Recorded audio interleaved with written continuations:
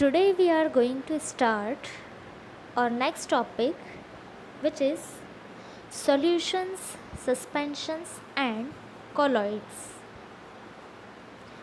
Before going to discuss about all these three topics, we should know the meaning of two terms here, which is solute and solvent. The substance which is dissolved in a liquid to make a solution is called a solute. It means dissolved substance is called a solute. For example, salt. Salt is dissolved in a liquid. Liquid means water. So here salt is called a solute. And the liquid in which solute is dissolved is known as solvent. Solute is what? Salt. And now here we'll take liquid. Liquid here as a water. So water is called here as a solvent. Both together known as solution. Example, salt solution. So here salt is solute and the water is solvent. Similarly, the substance in which sugar, ammonium chloride, copper sulfate and urea, which are dissolved in water to make a solution, are called as solute, whereas water is called as a solvent. Now here the solute particles are also called as dispersed particle and the solvent are known as dispersion medium. Solute particles are called dispersed particle and solvent known as dispersion medium. Now here two more terms, which is aqueous solution and non-aqueous solution. First, aqueous solution. The solution made by dissolving various solute in a water. The solution which is made by dissolving various solute in water. We are dissolving solute in a water is called aqueous solution. On the other hand, non-aqueous, the solution made by dissolving solute in organic liquids. By dissolving solute in organic liquids are called non-aqueous solution. Organic liquid here will take except water, like acetone, alcohol, sulfuric acid, hydrochloric acid, etc. Now moving to our next topic, which is solution. What is solution? A solution is a homogeneous mixture of two or more substances. Homogeneous mixture means a mixture which can able to mix with each other. For example, salt solution, sugar solution, vinegar, metal alloy and air, etc. Now we'll learn some properties of a solution. First one, a solution is a homogeneous mixture. Second one, the size of a solute particles in a solution is extremely small. It means it is less than 1 nanometer. Here 1 nanometer is equal to 10 to the power minus 9 meter. Third one, the particles of a solution can be seen even with a microscope. Means it cannot be seen with a microscope. Fourth one, the particles of a solution pass through the filter paper. It means it cannot be separated by filtration process. Fifth one, the solutions are very stable. It means they do not separate on keeping it.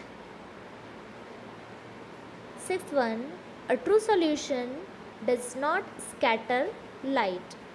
Why? Because its particles are very small. Now here we'll see some type of solution. First one, solution of solid in a solid. For example, brass is a solution of zinc in copper.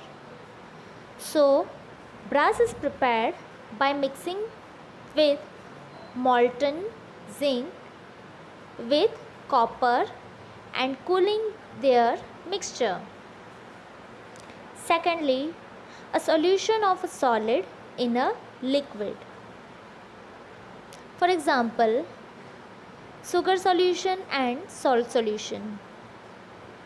Third one, solution of a liquid in a liquid.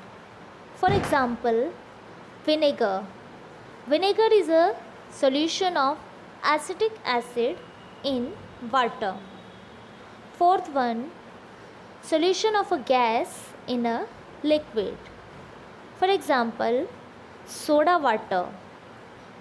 It is a solution of carbon dioxide gas in a water. Fifth one, solution of a gas in a gas. For example, air. Air is a mixture of oxygen, argon, carbon dioxide, water vapor, etc. Our next topic is suspension. A suspension is a heterogeneous mixture in which the small particles of a solid are spread through a liquid without dissolving in it. For example, chalk water mixture, muddy water, milk of magnesia. It is also known as magnesium hydroxide. Sand particles suspended in water and fluorine water. Next we'll see the property of suspension. First one, a suspension is a heterogeneous mixture. It means it cannot mix with each other. Second, the size of solute particles in a suspension is quite large. It means it is larger than 100 nanometer. Third one, the particles of suspension can be seen easily because the size of the particles are very large. Fourth one, the particles of a suspension do not pass through filter paper. It means they can be separated by filtration process. Fifth one, the suspension are unstable. It means the particles of suspension, after some time it will settle down. Sixth one, a suspension scatters a beam of light passing through it because its particles are quite large. Our next topic is colloids. What is colloids?